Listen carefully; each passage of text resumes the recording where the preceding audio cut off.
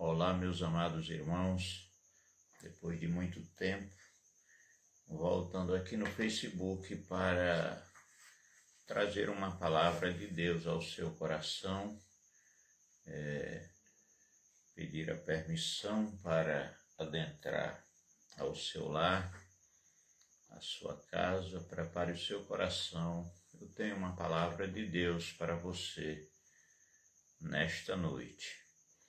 E para nós ganharmos tempo, quando vai chegando alguém aí, eu quero ler um texto bíblico que se encontra na carta do apóstolo São Paulo aos Coríntios, que se encontra no capítulo de número 10. Eu vou ler alguns versículos para a nossa meditação, é um texto um pouco longo, mas orando pela madrugada, buscando a Deus, como nós estamos incessantemente orando uns pelos outros, pela nossa nação neste período tão difícil de pandemia, nós estamos orando de madrugada, às 3 horas da manhã, nós temos um grupo, cada um na sua casa, orando uns pelos outros, e Deus já tem mostrado alguns resultados. E queremos ler esta palavra para a nossa meditação desta noite. Em 1 Coríntios, capítulo 10, o versículo 1 por diante diz assim: Ora, irmãos, não quero que ignoreis que nossos pais estiveram todos debaixo da nuvem, e todos passaram pelo mar, e todos foram batizados em Moisés, na nuvem e no mar, e todos comeram de um mesmo manjar espiritual, e beberam todos de uma mesma bebida espiritual, porque bebiam da pedra espiritual que os seguia. E a pedra era Cristo. Mas Deus não se agradou da maior parte deles, pelo que foram prostrados no deserto. E essas coisas foram feitas-nos, estas coisas foram-nos feitas em figura, para que não cobicemos as coisas más, como eles cobiçaram. Não vos façais, pois, idólatras, como alguns deles, conforme está escrito: o povo assentou-se a comer e a beber, e levantou-se para folgar. E não nos prostituamos, como alguns deles fizeram, e caíram num dia 23.000. E não tentemos a Cristo, como alguns deles também tentaram e pereceram pelas serpentes. E não murmureis, como também alguns deles murmuraram e pereceram pelo destruidor.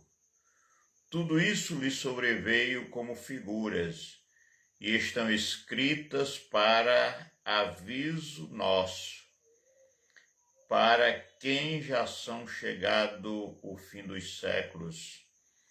Aquele, pois, que cuida está em pé, olhe que não caia, não sobreveio ou não veio sobre vós tentação senão humana. Mas fiel é Deus, que nos não deixará tentar acima do que podeis. Antes, com a tentação, dará também o escape para que possais suportar. Amados irmãos, diletos amigos que estão aí do outro lado a nos ouvir, nesta oportunidade que Deus nos dá de chegar até você levando uma palavra de Deus ao seu coração. Aí está a bendita expressão da palavra de Deus, mostrando, meus amados irmãos, algumas advertências da parte do Senhor para todos nós.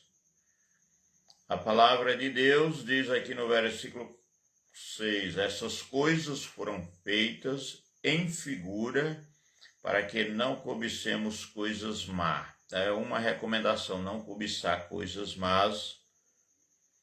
Não vos façais idólatras. E em terceiro lugar,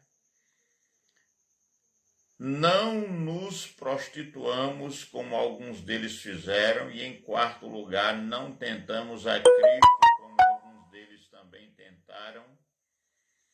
E não murmureis. Pelo menos, entre outras, essas 5 recomendações. Primeiro,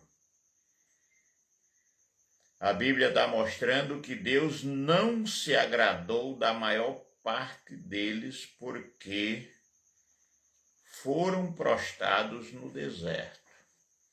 Alguém me perguntou se Deus é bom, se Deus é amor. Como é que alguém diz que é Deus que está fazendo isso, esta pandemia, este mal que vem assolando o planeta?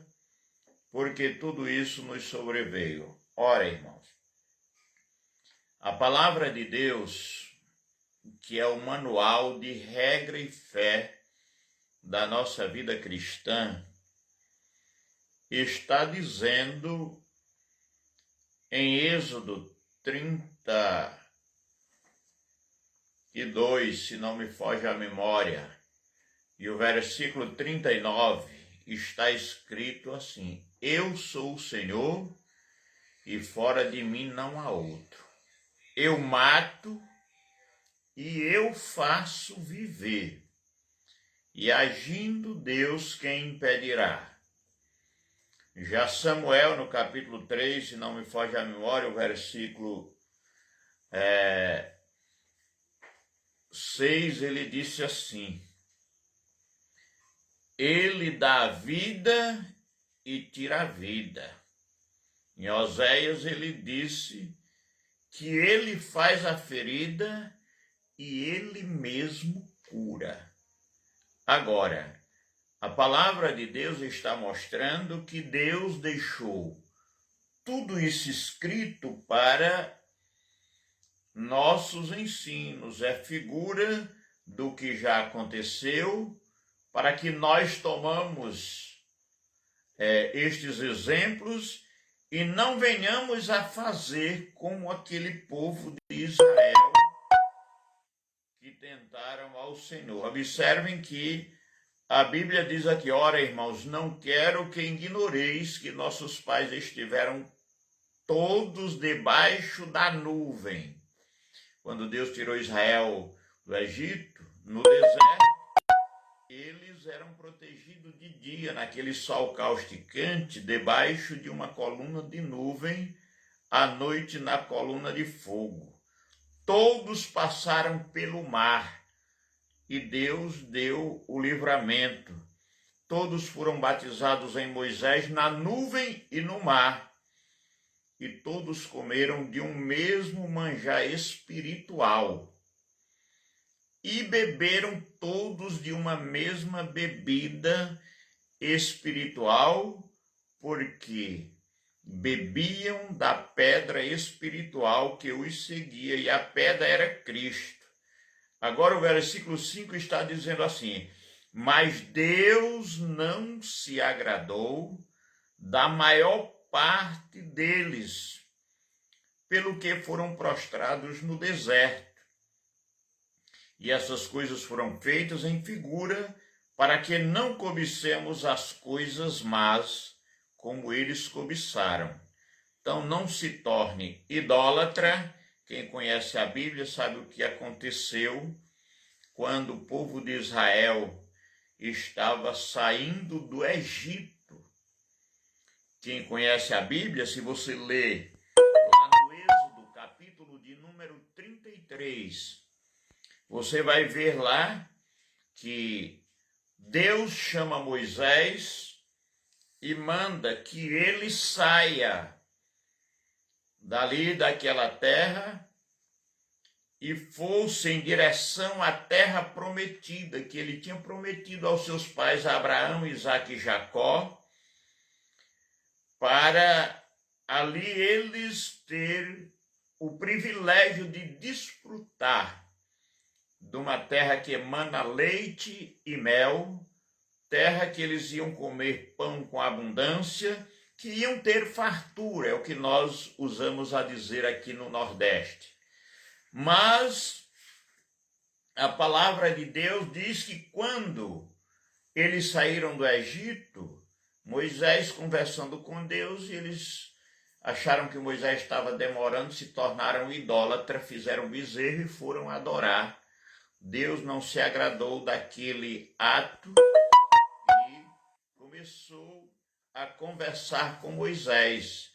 E Deus chegou a dizer para Moisés, no capítulo 33, olha, sobe tu e este povo que tu tirou do Egito para a terra que eu tenho prometido, e eu vou mandar um anjo na tua frente, e ele vai expulsar de lá os amorreus, os fariseus, os jebuseus, os heveus, e vou dar a vocês. Mas, meus amados irmãos, Moisés, quando ouviu estas palavras, ele conversou com Deus e disse, o Senhor me disse para mim subir com este povo, mas não me disse quem irá comigo. Como é que eu vou conduzir este povo? Deus havia dito que ia mandar um anjo na frente de Moisés para expulsar os seus adversários, seus inimigos. Mas a palavra de Deus mostra que Deus disse literalmente para Moisés, eu não vou no meio de vocês porque este povo é um povo de dura cerviz. Na linguagem atual, diz que é um povo rebelde, um povo muito voltado para as coisas do mundo, e eu não vou. Eu vou mandar um anjo, porque se eu for no meio de vocês, de um momento, eu vou destruir todo mundo, porque Deus é santo e ele não aceita certos tipos de coisas. Então Deus estava vendo que o povo estava fazendo coisas que não agradavam a Deus. Aleluia. Se você ler o versículo 7, ele chega a dizer aqui, ó, e não vos façais idólatra como alguns deles, conforme está escrito. O povo assentou-se a comer e a beber, e levantou-se para folgar. Então, observe, o povo só pensava em comer. Se fosse hoje, a gente diria churrascada. Só pensam nestas coisas que não é pecado. Mas a Bíblia diz que nós devemos buscar em primeiro lugar o reino de Deus. Mas o povo se sentou a comer e a beber, e depois levantou-se para folgar. Este folgar, se você ler na linguagem de hoje, a Bíblia diz que o povo levantou-se para dançar. Era o verdadeiro carnaval. A Bíblia mostra, capítulo 32, que o povo ficaram despidos, tiraram as suas vestes e começaram a folgar diante de um bezerro de ouro. Por isso que Deus não se agradou da maior parte deles, e a palavra de Deus está mostrando que naquele dia caíram 23 mil. Lá no Êxodo está dizendo que foi 3 mil homens. Mas aqui Paulo está ratificando e dizendo que caiu 23.000 pessoas. Por quê? Porque eles estavam fazendo aquilo que não agradavam a Deus. Você lê o capítulo 24 do profeta Isaías, você vai ver Deus dizendo que ia dar uma esvaziada na terra, ia transtornar a terra, e o que acontecia ao povo, acontecia ao sacerdote, acontecia ao que vendia como ao que comprava, ao que emprestava como ao que tomava emprestado, a quem recebia usura e a quem dava usura, porque o versículo 5 de Isaías 24 está escrito: a terra está contaminada. Por quê? Os homens transgridem as leis, quebra os estatutos ou muda os estatutos e quebram a aliança eterna. Por isso a maldição consome a terra, diz a palavra do Senhor. Então, por estas coisas, a Bíblia diz que Deus não se agradou de muitos deles e caiu num dia só 23.000. Aí o povo estão pisando a palavra de Deus, oprimindo a igreja e não querem que aconteça o que está acontecendo. Ei, Deus não perdeu o controle da situação. Ele está no céu. Ele está vendo tudo o que está acontecendo. E ele está mandando aqui, olha. A palavra de Deus mostra que Moisés chamou o povo e disse: olha, tirai os atavios das vossas orelhas. Em a versão atual diz que Deus mandou que eles tirassem os seus objetos, as suas joias de uso e começassem a andar no caminho do Senhor.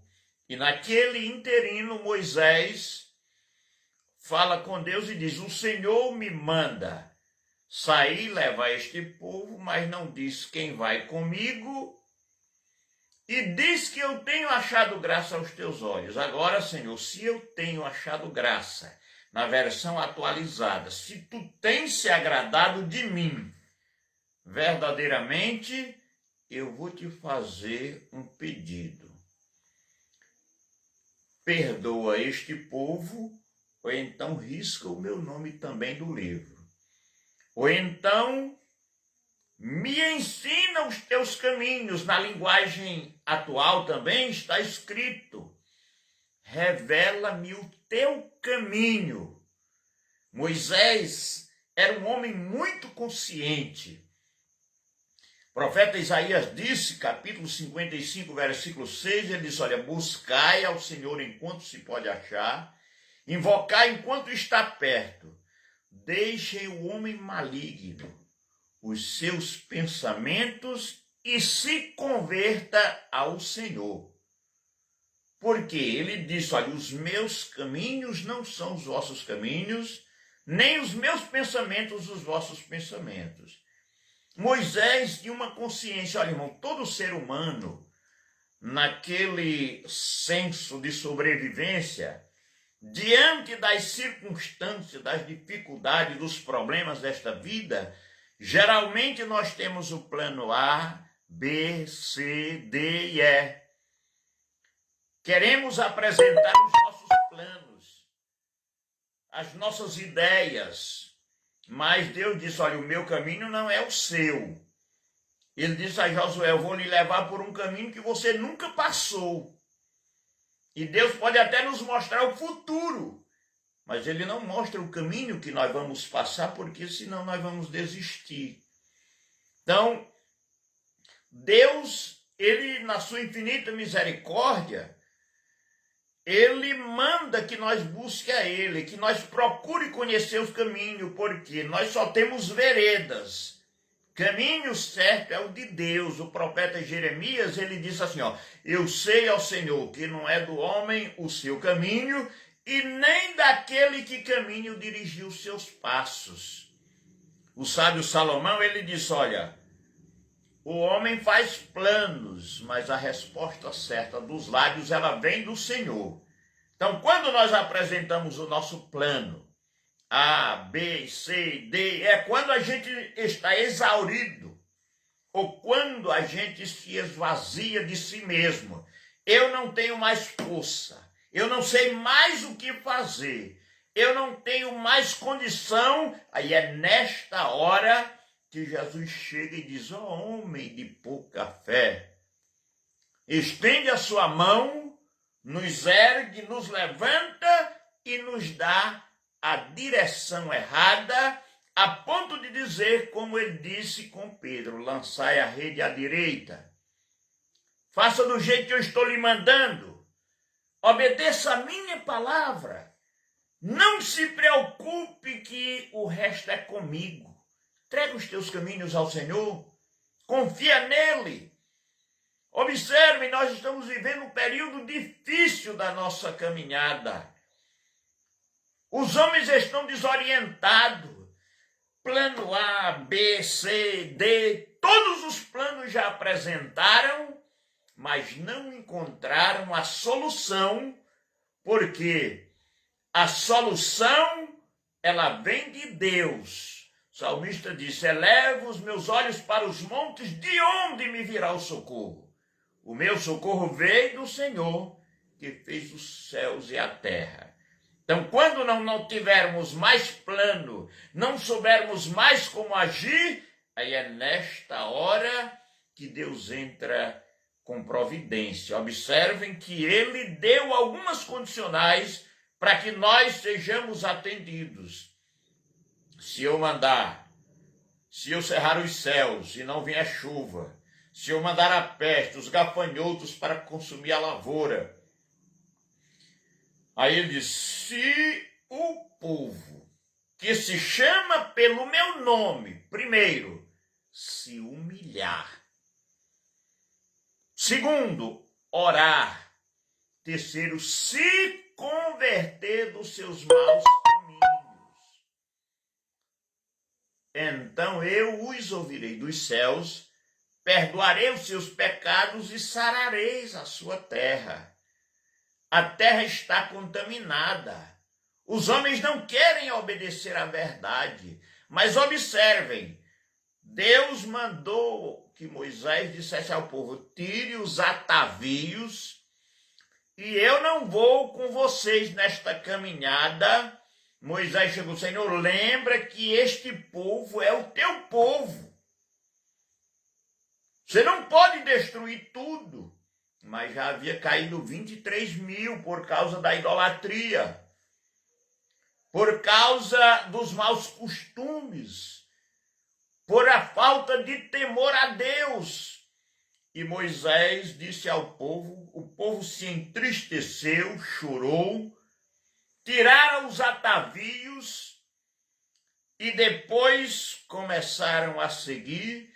Mas Moisés estava tão convicto que Deus, conversando com ele, disse, Senhor, tu nem me mostrou o teu caminho, não me revelou, nem me fez saber quem é que vai conosco, como é que eu vou subir com este povo? Aí Deus disse, olha Moisés, eu vou mandar um anjo. Mas Moisés já sabia que o segredo da vitória não é anjo. O segredo da vitória é a presença real de Deus na vida da pessoa. Então Moisés olhou para o faraó, conversou com o Senhor e disse, Senhor, se a tua presença não for conosco, não nos faça subir daqui. Aleluia. Observem que Moisés não queria negócio de anjo. Sei que um anjo é bom. Uma noite só ele matou 185 mil soldados. Mas quem nos dá a vitória é a presença de Deus na vida da gente. E observe, eu vou dizer aqui um detalhe para os irmãos. Tem muita gente, às vezes, sentado no trono, mas a presença de Deus não está mais com ele. Por quê? Porque ele entristeceu o Espírito Santo, e a Bíblia diz, olha, não entristeçais o Espírito Santo de Deus, no qual estáis selado para o dia da redenção. E Deus, ele toma da gente aquilo que ele dá. Por exemplo, ele dá o Espírito Santo, ele dá os dons espirituais e ele toma, mas às vezes o trono que alguém está sentado não foi dado por Deus. Observem, a Bíblia mostra que Saul, por causa de uma pequena desobediência, ele foi rejeitado por Deus no seu segundo ano, podemos dizer, de ministério, de reinado.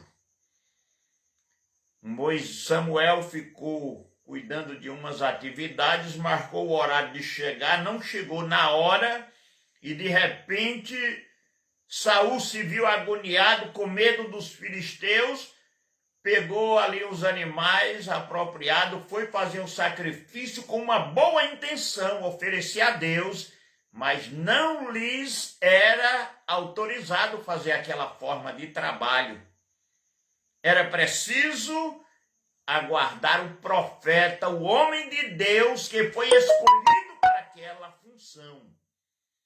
Então, Saul se apressou, ofereceu, e quando Samuel chegou, ele tinha terminado.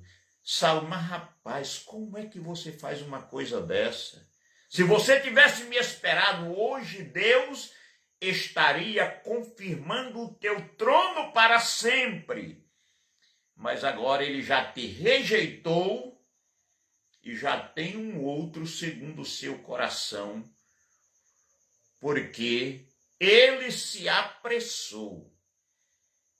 A pressa é inimigo da perfeição. Meu pai, ele costumava dizer assim, ó, quem não tem paciência não come cozinhado.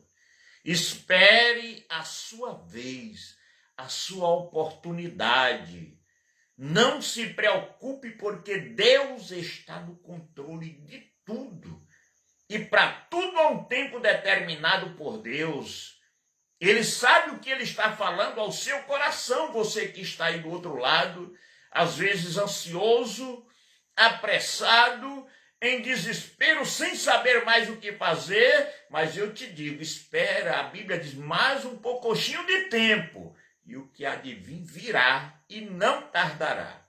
Então, observe, Saul perdeu o trono, mas aquele trono não era Deus que havia lhe dado, foi o povo. Por isso que Deus não tirou ele da cadeira. O povo pediu um rei como as demais nações, e Samuel foi chorar, e Deus disse, olha, não se preocupe, porque o povo não está lhe rejeitando, mas está rejeitando a mim. E assim ele ungiu o rei Saul. Mas no segundo ano ele foi rejeitado. Mas observe que mistério. Mesmo rejeitado, Deus tirou a sua presença, Deus tirou a sua unção, porque foi Deus que deu, a unção é Deus que dá, a presença é Deus que coloca em nós, mas Deus dá e ele tira. Agora o trono ele não tirou, porque o trono pertencia, foi o povo que deu, foi o povo que escolheu. E assim, Saul reinou mais 38 anos, se não me foge a memória, 40 anos, 38 anos, sem a presença de Deus. Agora, queridos irmãos, obreiros do Senhor, obreiras do Senhor, que fazem a obra de Deus. Imagine alguém no trono, 38 anos sem a presença de Deus. Tem um hino aí que diz que a ausência de Deus é pior do que a morte. Não tem coisa mais ruim para um pregador, para um cantor, para um profeta, para um servo de Deus, do que a ausência de Deus, do Espírito. Por isso é que Moisés diz, se a tua presença não for conosco, não nos faça subir daqui. Em outras palavras, eu não dou um passo se eu não sentir a direção de Deus, se você não me revelar o teu caminho, por onde eu devo andar, como eu devo fazer. Este é o segredo.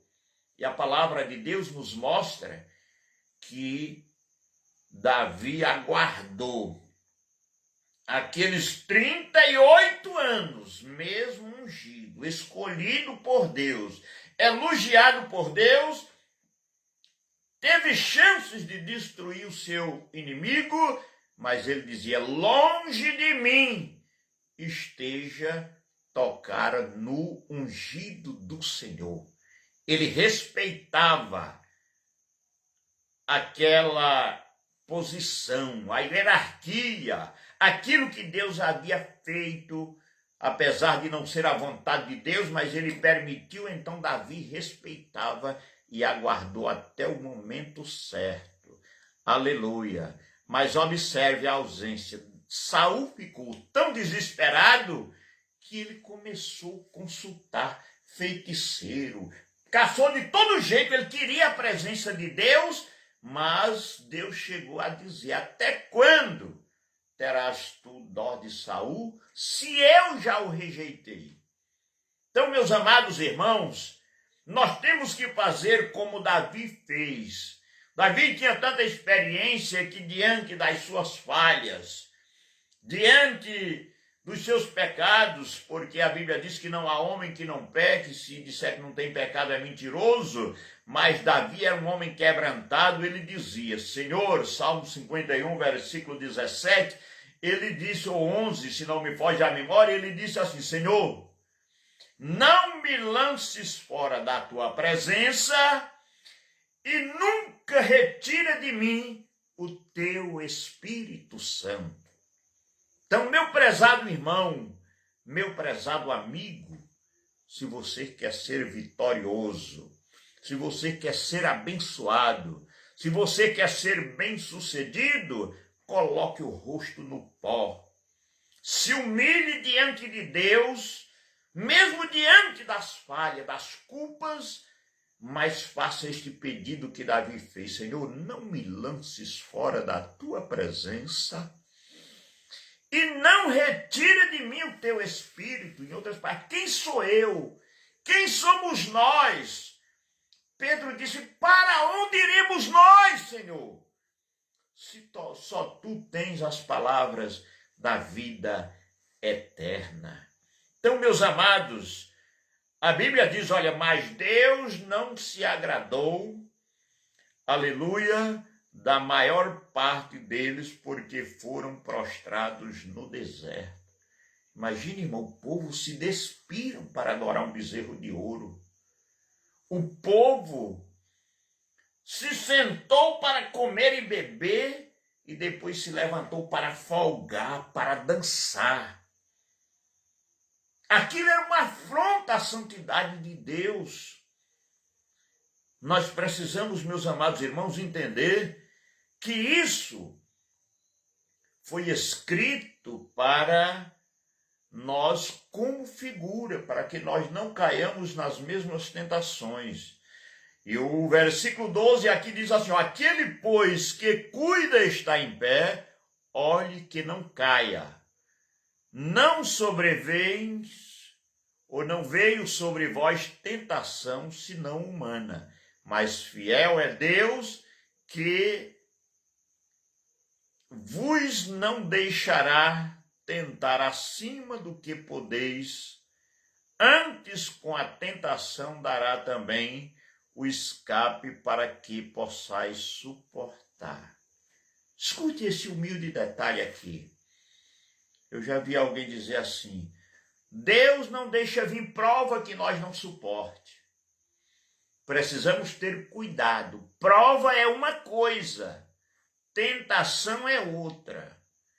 Prova é permissão de Deus. Tentação é diabólica E às vezes é a nossa cobiça. A Bíblia diz, olha, ninguém sendo tentado diga que de Deus sou tentado, porque Deus não tenta ninguém. Ele nem pode ser tentado, nem tenta ninguém. Agora, cada um de nós, disse Tiago, somos atraídos e engodados pela nossa própria concupiscência. Então, a concupiscência, havendo concebido, dá à luz o pecado. E o pecado, sendo consumado, gera a morte. Então, observem, a tentação é humana, é diabólica, é sedução da gente. A gente segue para as tentações. Mas a Bíblia mostra que Deus não deixa nós ser tentado acima do que nós podemos resistir. Se nós resistir, tem um hino da nossa harpa cristã que diz que tentado não ceda. Se nós ceder, nós estamos caindo no fracasso. E Deus não aceita tentação. Ele diz que com a mesma tentação ele dá um escape para nós se livrar daquela tentação. Agora, a prova, ela vem além das nossas forças. Se você ler 2 Coríntios, capítulo 1, versículo 8, você vai entender Paulo dizendo que na Ásia, aquelas regiões por onde ele passou, em uma certa localidade, eles foram tentados, ou seja, provados, além das suas forças. Por quê? Quando nós somos provados, Deus permite esta prova para que nós venhamos nos exaurir, nos esvaziar de nós mesmos. Eles foram tentados acima das nossas forças. Então, quando a gente chega, olha, eu não tenho mais força, não sei mais como fazer, estou esgotado, é nesta hora que o Espírito Santo sussurra e disse, não temas, eu sou contigo, eu te ajudo, eu te sustento e eu te fortaleço com a destra da minha justiça. Portanto, meu querido irmão, minha querida irmã, meu amigo, você que está aí do outro lado, aflito, ansioso, desesperado com a circunstância ou com a situação, eu lhe convido às 3 horas da manhã, a Assembleia de Deus, especificamente o grupo dos varões, guerreiros de Cristo, às 3 horas da manhã, nós estamos com o rosto no pó, orando uns pelos outros, orando por os pastores que estão sofrendo com esta enfermidade terrível que vem assolando. E muitos que nos pedem oração, que estamos orando, já vimos o resultado. Pessoal, fulano está melhor, fulano teve alta, fulano saiu da UTI, fulano saiu da intubação, e assim nós vamos de glória em glória, de vitória em vitória, como diz a palavra do Senhor. Eu não quero mais me estender, já agradeço por o tempo que vocês me suportaram ouvindo esta humilde reflexão e vou fazer agora uma oração. A Bíblia diz que a oração feita pelo justo, ela pode muito em seus efeitos. E eu quero que você se una a mim, a nós, aí do outro lado, aonde você estiver. Se não tiver como orar em voz alta, ore em espírito. Deus entende, Deus conhece o seu coração. E vamos levantar um clamor por a Igreja do Senhor aqui em Pio Nono, por a nossa superintendência, por o nosso Piauí, por o nosso Brasil, por o mundo, para que Deus entre com providência neste momento tão difícil para muitos, mas para Deus é questão de segundo. O problema é que o povo, as autoridades querem proibir o povo adorar a Deus, ou ensinando aonde ou como o Faraó. Então Deus enviava praga, mas na hora que Moisés orava, a praga cessava, porque Deus é o dono de tudo Ele tem poder nos céus e na terra, ele é Senhor, ele manda e não é mandado. Então curve a sua cabeça aí do outro lado e eu vou orar com você em nome de Jesus, para que Deus venha nos abençoar de uma forma toda especial. Altíssimo e soberano Deus, Pai Criador dos céus e da terra, neste momento, ó Deus, eu quero te agradecer por o fôlego de vida, por este oxigênio tão natural que tu tem dado para mim, para toda a tua igreja, para os irmãos e amigos que estão comigo nesta humilde live. Pai, abençoa a minha família, toda a tua igreja aqui em Pio Nono, a nossa superintendência, começando por o nosso superintendente regional, pastor Jaime, todos os obreiros, todas as igrejas da nossa superintendência. Abençoa o nosso estado, nosso pastor presidente Nestor Henrique Mesquita e toda a nossa SEADEP no Piauí. Pai, entra com providência, olha para aqueles que estão no leito da enfermidade, ó Senhor, à procura de um leito, ou à espera de uma melhora. Ó Deus, manda o teu oxigênio natural para este que está sem poder respirar, que está, meu Deus, aí do outro lado, sofrendo, precisando de um ar para respirar, meu Deus. Olha para as autoridades municipais, estaduais, federais, entra com providência, meu Pai. Olha, meu Deus, para as famílias enlutadas neste momento. Quantas pessoas sofrendo, meu Deus. Tu és o médico por excelência do nosso corpo e da nossa alma, Jesus. Olha para os meus tios que estão no leito da enfermidade. Tu sabe de quem eu falo, Pai.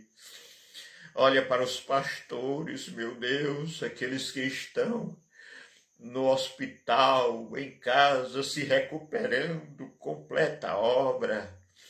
Olha para aqueles que perderam seus entes queridos, meu Deus. Jesus, entra com providência, repreende este mal, Senhor. Abre as portas de facilidade, resolve os problemas.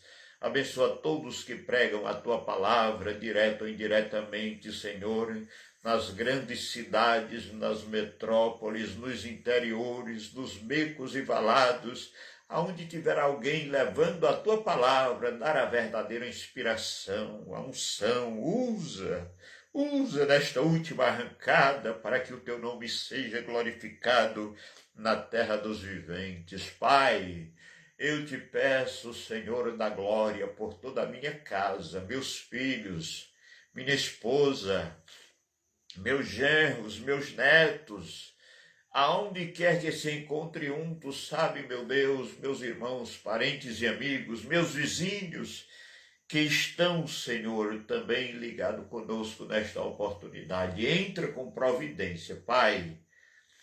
Eu te peço e te agradeço em nome de Jesus, o teu santo Filho, que vive e reina para sempre. Nos dar a vitória, Pai. Dar-nos dias melhores. Ajuda-nos em tudo. É o que nós te pedimos e agradecemos em nome de Jesus. Amém. Graças a Deus. Quero, neste momento, de já agradecer aqui a presença, a participação do irmão de Assis Santos, Sandra Teles, também Cíntia Antão, a irmã Vânia Santos, lá em Santo Antônio de Lisboa. Aleluia.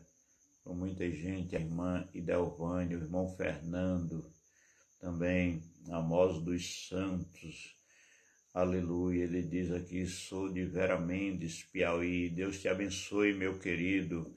o Austin Nascimento também, Deus abençoe, irmão Austin. Irmão Ramires, um abraço, meu querido, Deus te abençoe, te dê saúde, te guarde aí aonde você está. A irmã Paula Alencar, que Deus abençoe. Também Édio Sarandi Silva, que Deus te abençoe, meu querido, que Deus lhe ajude. Também Genival Santos, o nosso querido irmão, Deus te abençoe. E, enfim, a todos que estão ligados conosco, que Deus abençoe de uma forma toda especial e até a próxima oportunidade. A irmã Maria Teodoro, lá na Lagoa dos Cavalos, município de Itainópolis. A irmã Ninha, a irmã Ana Alzira, que Deus abençoe. A irmã Messi Costa, lá em São Paulo, minha prima, Deus te abençoe também de uma forma toda especial. A irmã Isabel Souza, ela diz boa noite, na paz do Senhor Jesus, pastor. Irmã Neta, em família, que em nome de Jesus Cristo abençoe toda a família. Amém, minha irmã, que Deus abençoe vocês também. A irmã Raniele Canuto, Deus te abençoe, minha irmã. Que Deus abençoe a todos os nossos irmãos, viu? Nós vamos concluir aqui, irmã Vânia Santos, vamos concluir a nossa humilde live e até a próxima oportunidade, querendo Deus. Fiquem todos na paz do Senhor, em nome de Jesus, e prometemos voltar em outra oportunidade, se assim o Criador nos permitir.